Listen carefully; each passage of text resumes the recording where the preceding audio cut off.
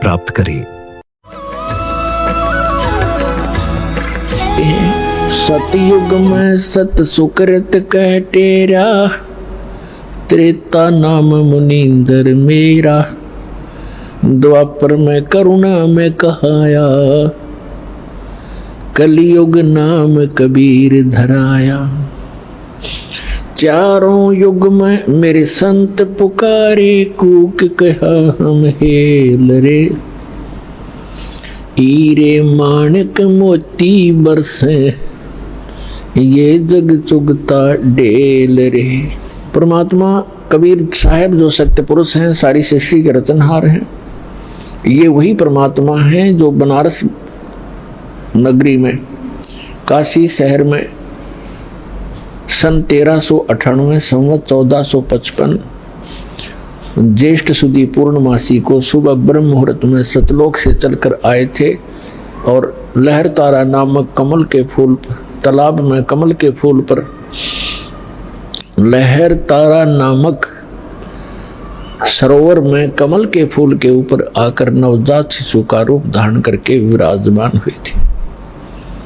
वहां से नीरू नीमा नाम के जो दुल्हा दंपति थे, पति पत्नी थे, वो निसंतान थे और उनको उठाकर घर ले गए। परमात्मा की परवरिश की लीला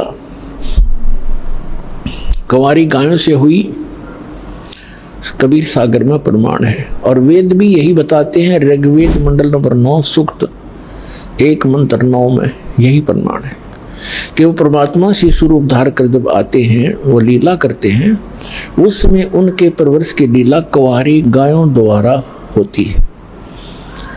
तो ये परमात्मा वही है जो सारी सृष्टि के रचनहार हैं, जिसका सब सदग्रंथ गुणगान करते हैं। और आंखों देखा जिन महापुरुषों ने, उन्होंने भी इसी परमेश्वर कबीर जी की महिमा का ही गुणगान किया। और ये वही परमात्मा है, सारी सृष्टि का रचनहार है। इसके विषय में जिन महापुरुषों को परमात्मा प्राप्त हुए, जिन्होंने परमात्मा का वो निज धाम देखा, लोक देखा, सतलोक देखा, जहां हम सभी रहा करते थे, उन्होंने फिर अपनी अमृत वाणी में बोला और बताया। हम सुल्तानी नानक तारे दादू को उपदेश दिया, जात जुलाहा भेद न पाया, ये काशी में कबीर हुआ। अनंत कोटि ब्रह्मांड का एक रति नहीं भार, सतगुरु पुरुष कबीर हैं कुल के सिरजनहारे। सतयुग में सत सुकृत कह टेरा, त्रेता नाम मुनींद्र मेरा। सतयुग में परमात्मा सतसुकृत नाम से आए, ऐसे ही कमल के फूल के ऊपर सरोवर के अंदर विराजमान हुए नवजात शिशु बना करके। वहां से एक विद्याधर नाम के ब्राह्मण और उनकी पत्नी दीपिका, वो निसंतान थे, परमात्मा को घर ले गए और कुंवारी गायों से उनकी परवरिश हुई। 5 वर्ष की आयु में, 4 वर्ष की आयु में मनु जैसे जो विद्वान प्रसिद्ध हो रहे थे, पाक रहे थे, उनके छक्के छुड़ा दिए। उनको जबान नहीं छोड़ी उनके मुख में। और एक ही प्रश्न परमात्मा किया करते थे, कौन ब्रह्मा का पिता है, कौन विष्णु की माँ, शंकर का दादा कौन है, ऋषि जी मोहे बता। उनके पास कोई उत्तर नहीं था। उल्टा परमात्मा के साथ ही वो बेहुदा व्यवहार करने लग जाते थे। ये झूठा है, ये कपटी है, इसको ब्राह्मण जन्म, ये पता नहीं कहाँ किस जाति का है। वहाँ पर पढ़ा मिला था, विद्याधर के घर आ गया, ब्राह्मण के घर। ये ऐसी ऐसी नीच बातें वो परमात्मा के लिए बोलने लगे, विषय बदल दिया करते थे। इसी प्रकार परमात्मा त्रेता युग में मुनिंद्र नाम से प्रसिद्ध हुए। उस समय वही आत्मा जो विद्याधर और दीपिका वाली थी, वो दोनों त्रेता युग में फिर ब्राह्मण कुल में ही उनका जन्म था। दोनों का संयोग होया। उनके नाम थे वेद विज ब्राह्मण पंडित और सूर्या नाम की उसकी पत्नी जो दीपिका थी, वो सूर्य नाम से जन्मी पुनर्जन्म हुआ।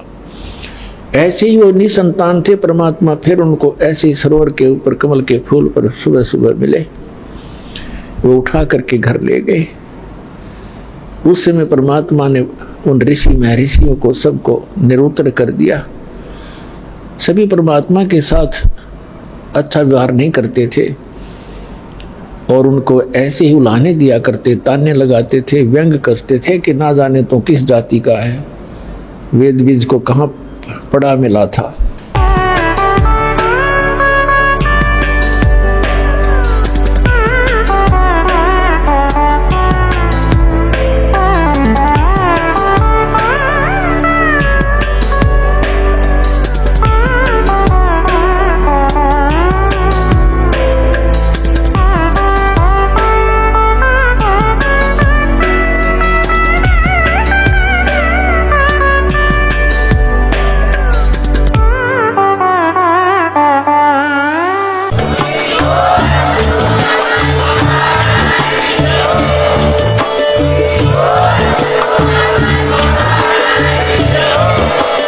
आप सुन रहे थे जगत गुरु तत्वदर्शी संत रामपाल जी महाराज जी के मंगल प्रवचन। अधिक जानकारी के लिए विजिट कीजिए हमारी वेबसाइट www.jagatgururampalji.org। संत रामपाल जी महाराज जी के शुभ आशीर्वाद से पूरे विश्व भर में 500 से भी ज्यादा नाम दीक्षा केंद्र हैं, जिन पर संत रामपाल जी महाराज जी द्वारा ऑनलाइन निःशुल्क नाम दीक्षा दी जा रही है। अपने नजदीकी नाम दीक्षा केंद्र का पता करने के लिए संपर्क करें 8222880541।